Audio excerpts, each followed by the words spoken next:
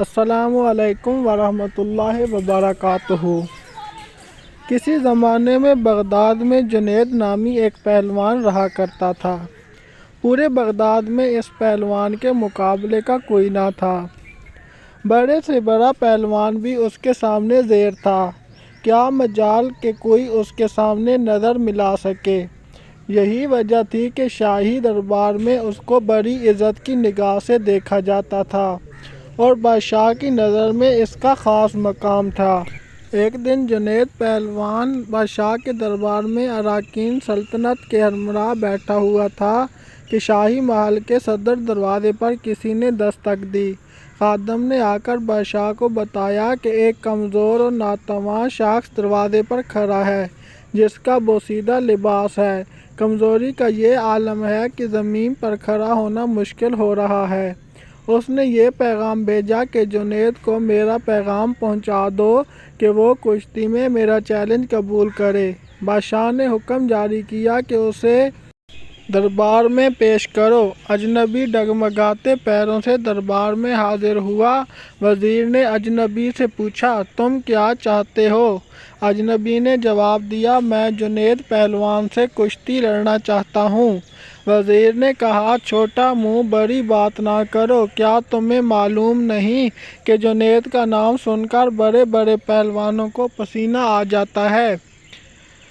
پورے شہر میں اس کے مقابلے کا کوئی نہیں، اور تم جیسے کمزور شخص کا جنید سے کشتی لڑنا تمہاری ہلاکت کا سبب بھی ہو سکتا ہے۔ اجنبی نے کہا کہ جنید پہلوان کی شہرت ہی مجھے کھینچ کر لائی ہے، اور میں آپ پر یہ ثابت کر کے دکھاؤں گا کہ جنید کو شکست دینا ممکن ہے۔ میں اپنا انجام جانتا ہوں، آپ اس بحث میں نہ پڑیں، بلکہ میرے چیلنج کو قبول کیا جائے۔ یہ تو آنے والا وقت بتائے گا کہ شکست کس کا مقدر ہوتی ہے۔ جنید پہلوان بڑی حیرت سے آنے والے اجنبی کی باتیں سن رہا تھا۔ بادشاہ نے کہا، اگر سمجھانے کے باوجود یہ ضد ہے تو اپنے انجام کا یہ خود ذمہ دار ہے، لہٰذا اس کا چیلنج قبول کر لیا جائے۔ بادشاہ کا حکم ہوا اور کچھ ہی دیر کے بعد تاریخ اور جگہ کا اعلان کر دیا گیا، اور پورے بغداد میں اس چیلنج کا تہلکہ مچ گیا۔ ہر شخص کی یہ خواہش تھی کہ اس مقابلے کو دیکھے۔ تاریخ جوں قریب آتی گئی، لوگوں کا اشتیاق بڑھتا گیا۔ ان کا اشتیاق اس وجہ سے تھا کہ آج تک انہوں نے تنکے اور پہاڑ کا مقابلہ نہیں دیکھا تھا۔ دور دراز ملکوں سے بھی سیاح یہ مقابلہ دیکھنے کے لیے آنے لگے۔ جنید کے لیے یہ مقابلہ بہت پراسرار تھا، اور اس پر ایک انجانی سی ہیبت طاری ہونے لگی۔ انسانوں کا ٹھاٹھے مارتا سمندر شہر بغداد میں آ پہنچا تھا۔ جنید پہلوان کی ملک گیر شہرت کسی تعارف کی محتاج نہ تھی۔ اپنے وقت کا مانا ہوا پہلوان آج ایک کمزور اور ناتواں انسان سے مقابلے کے لیے میدان میں اتر رہا تھا۔ کھارے کی طرف لاکھوں انسانوں کا ہجوم اس مقابلے کو دیکھنے آیا ہوا تھا۔ بادشاہ اپنی سلطنت کے اراکین کے ہمراہ اپنی کرسی پر بیٹھ چکا تھا۔ جنید پہلوان بھی بادشاہ کے ہمراہ آ گیا تھا۔ سب لوگوں کی نگاہیں اس پراسرار شخص پر لگی ہوئی تھیں جس نے جنید جیسے نامور پہلوان کو چیلنج دے کر پوری سلطنت میں تہلکہ مچا دیا تھا۔ مجمع کو یقین نہیں آ رہا تھا کہ اجنبی مقابلے کے لیے آئے گا، پھر بھی لوگ شدت سے اس کا انتظار کرنے لگے۔ جنید پہلوان میدان میں اتر چکا تھا۔ اس کے حامی لمحہ بلمحہ نعرے لگا کر حوصلہ بلند کر رہے تھے کہ اچانک وہ اجنبی لوگوں کی صفوں کو چیرتا ہوا کھارے میں پہنچ گیا۔ ہر شخص اس کمزور اور ناتواں شخص کو دیکھ کر حیرت میں پڑ گیا کہ جو شخص جنید کی ایک پھونک سے اڑ جائے، اس سے مقابلہ کرنا دانشمندی نہیں، لیکن اس کے باوجود سارا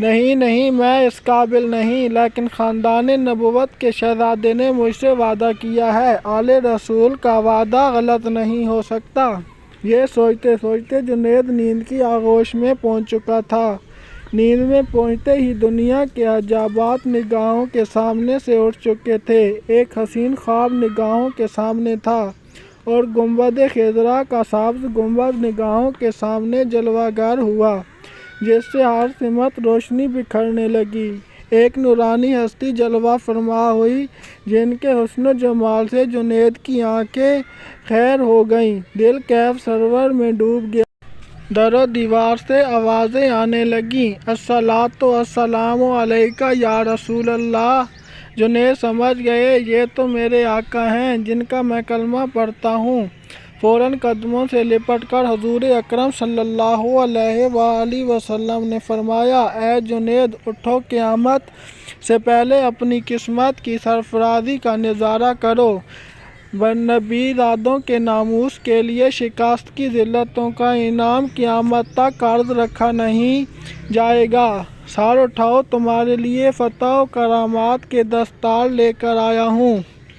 آج سے تمہیں عرفان و تقرب کے سب سے اونچے مقام پر فیض کیا جاتا ہے۔